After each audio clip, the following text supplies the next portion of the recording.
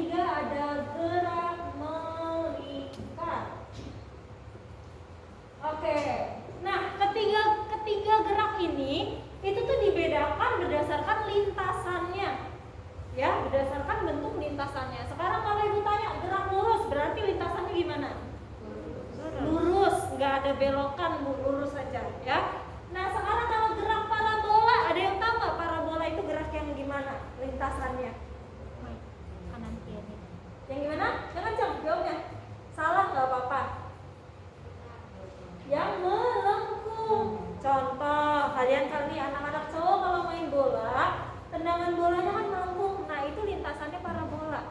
Contoh dari gerak parabola. Contoh lain, kalau yang cewek-cewek sukanya nyiram tanaman, airnya itu kan set kalian pencet nih, begitu kan. Nah, itu gerak parabola juga ya. Nah, yang terakhir ada gerak melingkar, berarti lintasannya bentuknya lingkaran. Ciri-cirinya gimana kalau melingkar? Kalau melingkar itu nanti si benda yang bergerak akan kembali ke tempat semula. Kalau tidak kembali ke tempat semula, biasanya belum lingkaran sempurna gitu ya kan. Oke, sekarang kita akan bahas dulu tentang gerak lurus. Gerak lurus itu ya dibagi menjadi dua. Ada GLB dan ada GLBB. Ini kalau dilihat berdasarkan kecepatannya. GLB di SMP udah pernah dibahas sedikit. GLB itu apa sih singkatannya? Gerak lurus beraturan. Yang beraturan apanya? Iya, kecepatannya. Kalau kecepatannya beraturan, berarti aturan tuh beraturan nih. Dia tidak berubah. Berarti suatu partikel yang bergerak itu setiap detik kecepatannya sama. Itu kalau GLB. Misalnya Bu Afi naik motor. Naik motor itu dari detik pertama sampai detik ke-10 30 km per jam. Di speedometernya nggak berubah. Berarti itu sedang mengalami gerak lurus beraturan karena kecepatannya sama. Kalau kecepatannya sama, geraknya melambat atau melambat apa enggak sih? Enggak. Geraknya semakin cepat apa enggak sih? Enggak, tapi sama terus. Gitu. Berarti pada GLB tidak ada yang namanya percepatan karena percepatan itu bisa dipercepat dan bisa diperlambat. Tapi karena kecepatannya sama, maka percepatannya adalah 0 gitu. Itu GLB. Sekarang kalau GLBB singkatannya apa? Gerak lurus berubah beraturan. Yang berubah apanya? Yang berubah kecepatannya, tapi berubahnya beraturan, Bu. Dia berubah, tetapi berubahnya nggak acak-acakan. Oh, berarti setiap detik kecepatannya itu berubah, tapi berubahnya beraturan alias perubahannya tetap. Misal, tadi kan detik 1 sampai 10 motornya Bu Afi itu melajunya 30, gitu ya. Kemudian di detik ke-11 naik jadi 32. Kan berubah tuh. Nah, di detik selanjutnya, detik ke-12 jadi 34. Di detik selanjutnya jadi 36. Detik selanjutnya jadi 38. Nah, itu kan dia setiap detik naik. Naiknya berapa? Tidak berubah. Itu artinya dia berubah secara beraturan. Kalau dari ilustrasi Bu Afi tadi, motornya makin cepat apa makin lambat? Berarti percepatannya dipercepat. Tetapi kalau misalnya ternyata dari 30 jadi 28, terus jadi 26, jadi 24, berarti itu percepatannya diperlambat karena dia berkurang gitu. Paham ya sampai sini? Ini baru intro. Jadi nanti kalau kita udah masuk ke GLBB dan GLBB udah nggak repot lagi nih konsepnya ya. Sampai sini ada pertanyaan? Nggak ada. Oke, next. Bu, ternyata masih ada 2 lagi Bu gerak lurus itu. Kalau kita lihat berdasarkan arahnya, ada gerak vertikal dan gerak horizontal. Ini berdasarkan apa? Arahnya. Vertikal itu gerak yang kemana? lintasannya berdiri Bu, lurus tapi berdiri. Ada di sumbu apa nih kalau ini? Sumbu Y, entah dia ke atas, entah dia ke bawah. Itu kalau ada di sumbu Y berarti namanya gerak vertikal. Kalau gerak horizontal ada di sumbu apa? Di sumbu X atau yang tiduran. Oh ternyata Bu, kalau gerak horizontal ini nanti masuk Bu, GLB itu termasuk gerak horizontal. Karena biasanya nanti contoh-contohnya itu adalah jalan di jalan raya atau di lapangan, itu kan horizontal ya. Nah, kalau gerak vertikal itu nanti ada lagi Bu pembagiannya. Ada gerak vertikal ke atas, ada vertikal ke bawah, dan ada gerak jatuh bebas. Itu nanti akan dijelaskan ya. Next. Intro selesai. Sekarang kita masuk ke materinya. Pertama, gerak. Sebelum kita ke gerak lurusnya, Ibu pengen tanya dulu nih, sampai sejauh apa sih kalian tahu tentang gerak? Gerak itu apa sih menurut kalian? Ayo. Gerakan. Gerakan, iya apa gerakan? Ayo. Dijelaskan secara rinci menurut kalian. Suatu perpindahan kayak Yang kencang, apa? Iya, Suatu apa? Ada yang bisa menjelaskan dengan kata yang lain? Gerak. Gerak itu terjadinya perubahan. Perubahan apa? Tempat, posisi. Ya. Jadi gerak itu adalah perubahan posisi. Ibu tulis di sini. Perubahan posisi terhadap titik acuan. Oke, titik acuan itu titik awal. Jadi misalnya titik awal ibu di sini. Ternyata ibu berpindah ke lantai sebelahnya. Nah, berarti ibu barusan mengalami pergerakan gitu. Seperti jarum jam kalau kalian lihat. Dari tadinya ada di angka 12 tiba-tiba jadi ada di angka 3. Ada perubahan posisi, berarti dia mengalami pergerakan, dan itu bisa kita lihat dengan mata kita ya. Kecuali kalau hantu. Kalau hantu dia bisa berubah posisi tapi nggak ada gerakannya, kita nggak bisa lihat gerakannya. Ada di ujung sana, tiba-tiba ada di ujung sana karena dia bisa menghilang. Dia mistis. Tapi kalau benda atau suatu partikel, ibu bilangnya partikel ya, bukan benda, karena yang ibu omongin ini bisa atom, bisa molekul, bisa manusia, tumbuhan, hewan. Kalau partikel itu pasti kita bisa lihat pergerakannya ketika dia mengalami perubahan posisi gitu ya. Oke, dalam gerak itu sebelumnya kita harus tahu ada besaran-besarannya. Besaran-besaran yang harus kita ketahui. Yang pertama ada posisi. Posisi itu apa sih? Ya, posisi menurut kalian. Oh, Bu Afi di depan situ tuh, berarti posisinya ada di situ. Apa? Tempat. Tempat atau kedudukan ya. Tempat atau kedudukan. Atau bisa juga kita jadikan titik acuan. Titik acuan ya. Bisa jadi titik acuan, bisa jadi dia tuh tempat atau kedudukan si partikel tersebut. Kalau Bu Afi berarti kedudukannya Bu Afi di sini, posisi Bu Afi di sini. Gitu ya. Nah, setelah posisi yang kedua itu ada perpindahan dan jarak. Oke, ini akan Ibu catat dulu pengertiannya.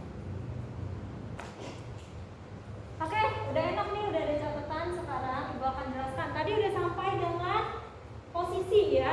Nah, sekarang perpindahan dan juga jarak. Jadi ada yang namanya perpindahan dan ada yang namanya jarak.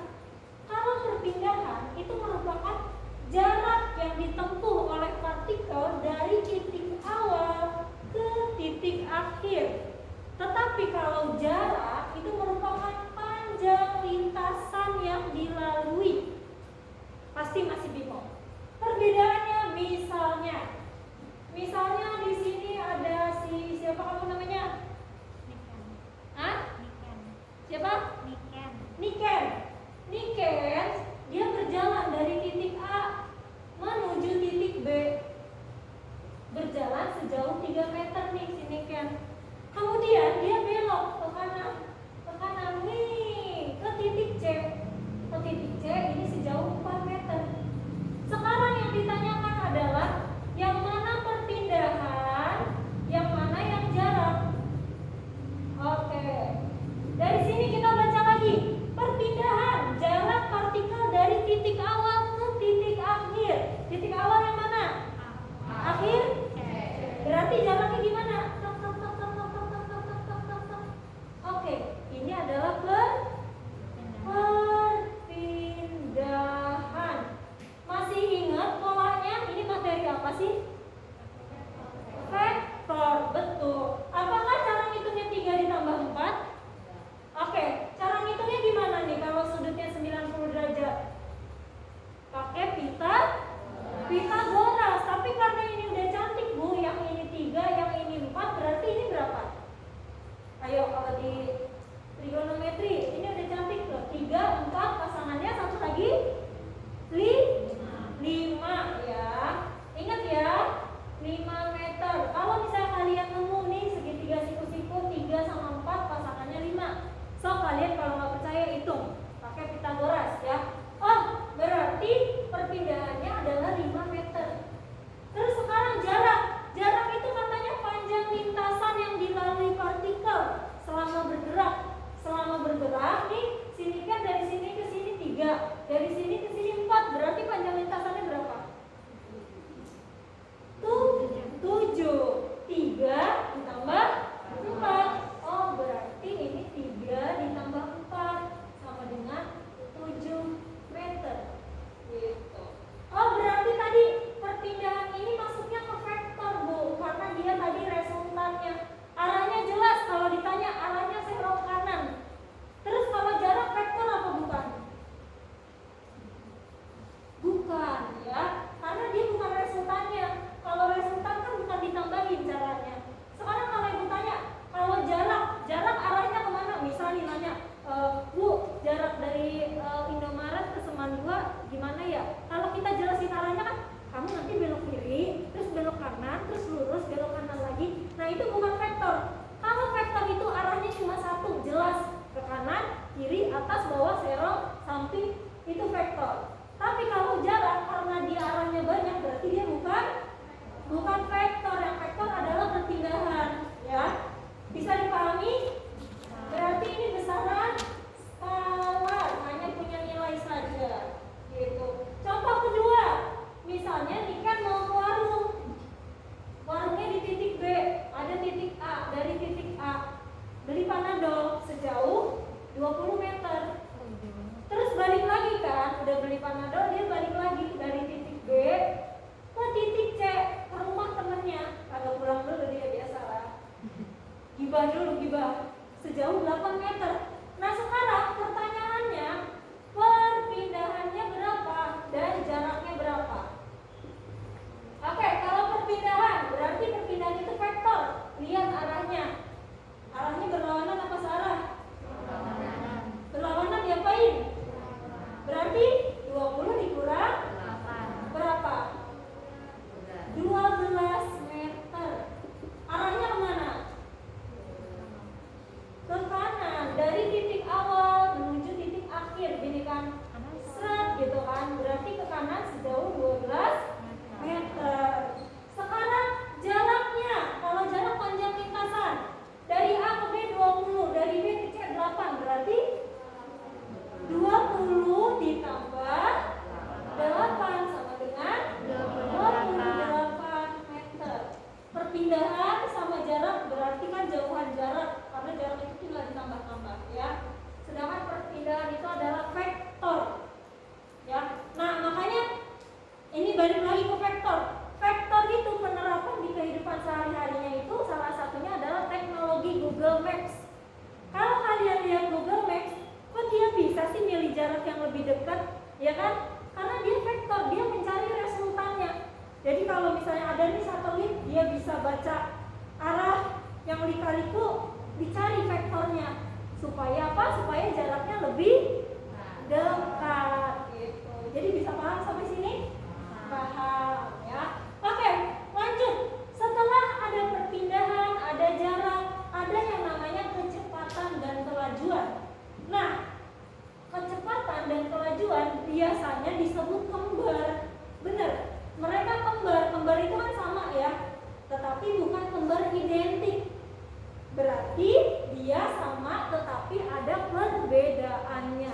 Ya. Nah, kesamaannya itu dia sama-sama V lambangnya. Lambangnya sama-sama V. V itu bisa kecepatan, bisa kelajuan. Perbedaannya adalah kalau kecepatan itu perpindahan suatu partikel yang bergerak tiap detik. Jadi nih, misalnya perpindahannya niken 12 meter ke kanan. Setiap detiknya itu dia berapa sih? Apakah setiap detiknya adalah 1 meter? Misal kalau kami segini 1 meter. Setiap detiknya 1 meter atau setiap detiknya 0,8 meter, itu namanya kecepatan. Tetapi kalau kelajuan itu jarak suatu partikel yang bergerak setiap detik. Nah, kalau ini jaraknya itu setiap detik berapa? Gitu. Bisa tahu? Jadi perbedaannya, kalau kecepatan perpindahan dibagi waktu, kalau kelajuan jarak dibagi waktu. Gitu ya. Nah, di sini Ibu melambangkan perpindahannya S, jaraknya X. Bu, tapi di buku saya katanya perpindahan itu X, Bu. Sedangkan jarak itu S. Enggak apa-apa, sama aja. Ini hanya simbol, kalian terserah mau simbolin apa aja, yang penting simbolnya konsisten. Misal niken mau perpindahannya X, jaraknya S, boleh. Kamu mau sebaliknya nggak apa-apa, tapi konsisten ya. Oke? Nah, sekarang Ibu tanya, kecepatan sama kelajuan mana yang vektor? Mana yang vektor? Kecepatan, betul. Ini adalah besaran vektor. Karena apa?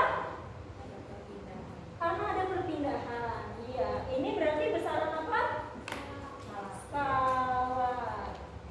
Oke, kalian bisa lihat perpindahan dengan jarak jelas sekali berbeda. Tapi kenapa, Bu, disebutnya kembaran? Kecepatan dan kelajuan itu bisa disebut sama ketika variabelnya hanya satu. Misal si niken udah balik lagi nih, contoh kasusnya. Niken itu ke warung, nyampe warung ngobrol sama ibu-ibu warung, udah diem di warung. Hanya ada satu variabel, ya, nggak ada belokan lagi, nggak ada apa-apa. Nah, sekarang apa ini Ibu tanya, perpindahannya berapa? Perpindahannya berapa? Dari titik awal ke titik akhir 20. Jaraknya berapa? 20 juga. Berarti kecepatan sama kelajuan sama dong, Bu. Sama kalau variabelnya hanya ada satu. Tetapi kalau lebih dari satu, beda. Hasilnya juga pasti beda. Oke, paham sampai sini? Paham ya? Oke, next. Sekarang ada yang namanya kecepatan rata-rata dan kelajuan rata-rata. Ini apa mau Ibu kasih contoh dulu deh. Kasih contoh ya. Gampang sih sebenarnya. Niken berjalan dari titik A ke titik B sejauh 20 meter dengan selama 10 detik. Iyalah 10 detik misalnya, atau 20 detik lah. Berarti diketahui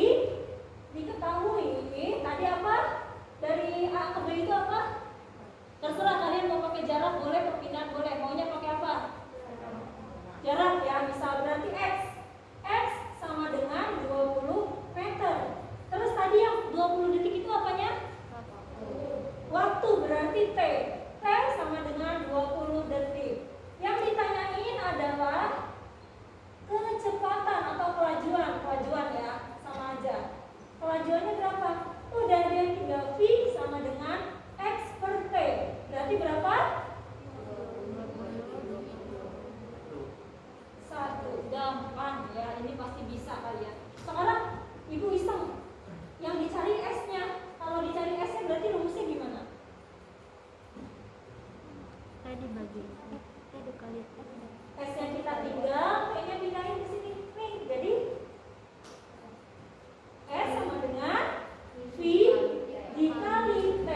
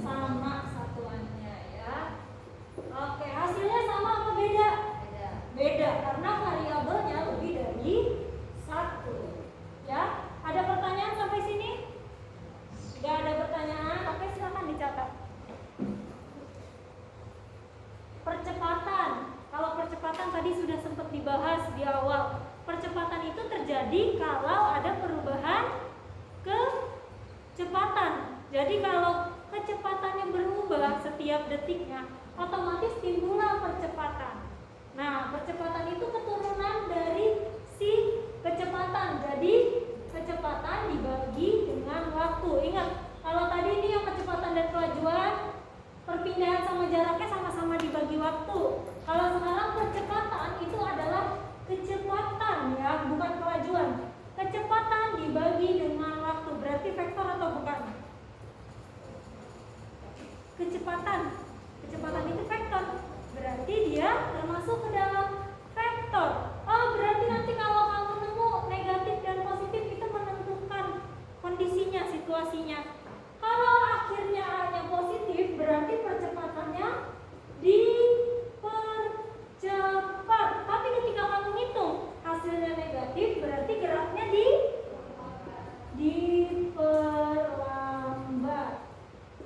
Oke, paham sampai sini? Nah, kemudian ada percepatan rata-rata. Kalian tinggal lihat rumusnya, ini akan dibahas lebih lanjut di GLBB pekan depan.